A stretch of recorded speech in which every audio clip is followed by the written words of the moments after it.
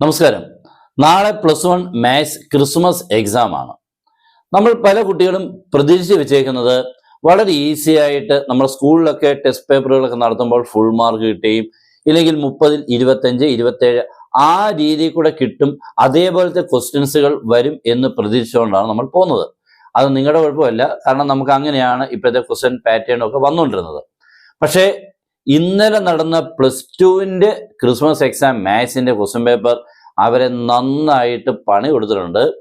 അവർ വിചാരിച്ചതല്ല, teachers പോലും വിചാരിച്ചിട്ടില്ല ഇങ്ങനൊരു ക്വസ്റ്റ്യൻ പേപ്പർ വരുമെന്ന്. അവർക്ക് നല്ലൊരു പണിയാണ് കിട്ടിയേക്കുന്നത്. നിങ്ങൾക്കും അത് വരാൻ സാധ്യതയുണ്ടെന്ന് ഞാനൊന്ന് ഓർമ്മിപ്പിക്കുകയാണ്.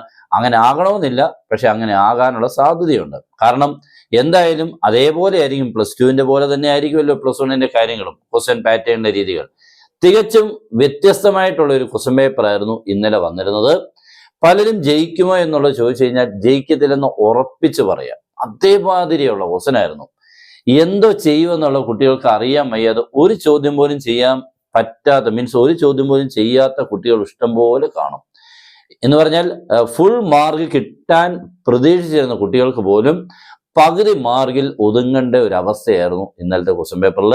അപ്പൊ നിങ്ങളും ആ രീതിയിൽ കൂടെ, മീൻസ് ആ സീരിയസ്നെസ്, ഇപ്പൊ +2-ന് വന്ന ആ ക്വസ്റ്റ്യൻ പേപ്പറിൽ ഉണ്ടായ കുഴപ്പങ്ങൾ, പ്രശ്നങ്ങൾ നിങ്ങളും തിരിച്ചറിഞ്ഞ് ഈ ഉള്ള സമയത്ത് നിങ്ങൾ ശ്രമിച്ചില്ലെങ്കിൽ നിങ്ങൾക്ക് കിട്ടാൻ പോകുന്ന പണിയും അതേപോലെ ആയിരിക്കാം. അതുകൊണ്ട് ഇപ്പൊ നിങ്ങൾക്ക് അതിനുള്ള ഒരു ചെറിയൊരു ക്ലൂ കിട്ടിയിട്ടുണ്ട്. കാരണം +2-ന്റെ എക്സാം ക്വസ്റ്റ്യൻ പേപ്പർ വന്നതിന്റെ പേരിൽ നിങ്ങൾക്കും അതിനനുസരിച്ച് ഒന്ന് പഠിച്ചു പോകാനുള്ളൊരു അവസ്ഥ വന്നിട്ടുണ്ട്. അപ്പൊ നിങ്ങൾക്ക് ആ രീതിയിൽ കൂടെ ഒന്ന് നിങ്ങൾ എന്താ ചെയ്യണം, ഇത്രയേ ഉള്ളൂ. നിങ്ങൾ ടെക്സ്റ്റ് ബുക്കിലെ ക്വസ്റ്റ്യൻസുകൾ മിക്ക കുട്ടികൾക്കും ചിലപ്പോൾ അറിയായിരിക്കും, പക്ഷെ അങ്ങനെയല്ല എക്സാമിന് വന്നത്. ടെക്സ്റ്റ് ബുക്കിലെ അതേ ക്വസ്റ്റ്യൻസുകളുടെ എണ്ണം വളരെ കുറവായിരുന്നു.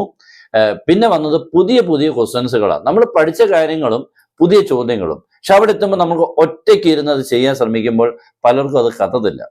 ആ സമയത്ത് നമുക്ക് ആകെ വിഷമം തോന്നും. കാരണം നല്ലപോലെ പഠിച്ചിട്ട് പോയെന്നൊരു കുട്ടിക്ക് അവിടെ ചെല്ലുമ്പോൾ നമുക്ക് അറിയാവുന്ന ഒരു ചാപ്റ്റർ, എളുപ്പമാണെന്ന് വിചാരിച്ചത്, ഫുൾ മാർക്ക് കിട്ടുമെന്ന് പ്രതീക്ഷിച്ച ഒരു ചാപ്റ്ററിൽ നിന്നും ഒന്നുമേ ചെയ്യാൻ പറ്റിയില്ല എങ്കിലുള്ള ഒരു അവസ്ഥ എന്തായിരിക്കും. അപ്പൊ അതുകൊണ്ട് നിങ്ങൾ ശ്രദ്ധിക്കണം.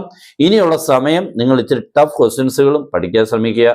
പുതിയ ക്വസ്റ്റ്യൻസുകൾ പഠിക്കാൻ പറ്റുമെങ്കിൽ പഠിക്കുക, കാരണം സമയം വളരെ കുറവാണ്. പക്ഷെ പബ്ലിക് എക്സാമിന് നിങ്ങൾ ആ രീതിയിൽ കൂടെ വേണം ഈ വർഷം പഠിക്കാൻ.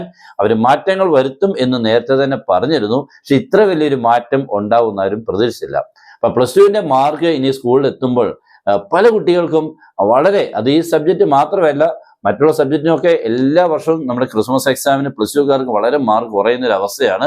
പക്ഷേ ഈ വർഷത്തെ ക്വസ്റ്റ്യൻ പേപ്പറിലൂടെ ആകെ പ്രോബ്ലം ആയപ്പോൾ അത് സമ്പൂർണ്ണമായി എന്ന് പറയാം. എന്തായാലും പല കുട്ടികളും പാസ്സാവുന്ന കാര്യത്തിൽ വളരെ സംശയമാണ്. വേറെ ഒന്നും കൊണ്ടല്ല, ഞാൻ ഈ പറഞ്ഞ പ്രശ്നം കൊണ്ട് തന്നെയാണ്. ഒന്നുമേ അറിയാൻ വയ്യാത്ത ഒത്തിരി ക്വസ്റ്റ്യൻസുകൾ പല കുട്ടികളും നേരിടേണ്ടി വന്നായിരുന്നു. അതുകൊണ്ട് നിങ്ങൾക്ക് ആ അബദ്ധം ഉണ്ടാവാതിരിക്കാൻ ഉള്ള സമയത്ത്, ഇനിയുള്ള മുന്നിലുള്ള സമയത്ത് ഒന്ന് ശ്രമിക്കുക. പിന്നെ പബ്ലിക് എക്സാമിന് ആ രീതിയിൽ കൂടെ കരുതി പഠിക്കുക. ഓക്കെ, അപ്പൊ അതൊന്ന് പറയാൻ വേണ്ടി മാത്രം വന്നാണ്. നമ്മുടെ ക്ലാസ്സുകളും കാര്യങ്ങളും ഒക്കെ നമ്മൾ മാക്സിമം നിങ്ങൾക്ക് തരുന്നുണ്ട്. പിന്നെ നമ്മുടെ ഓൺലൈൻ ക്ലാസ് ഉണ്ട്, നിങ്ങൾക്ക് വേണമെങ്കിൽ ജോയിൻ ചെയ്യാം. ഓക്കെ, നിങ്ങൾക്ക് വേണ്ട റിവിഷൻ ക്ലാസ്സസ് വിത്ത് എക്സ്ട്രാ ക്വസ്റ്റ്യൻസുകളാണ് തരുന്നത്, ഏറ്റവും സിമ്പിൾ മെത്തേഡ്സിൽ. ഓക്കെ, അപ്പൊ എല്ലാവരും നന്നായിട്ട് പഠിക്കുക. എല്ലാവർക്കും best wishes and good bye.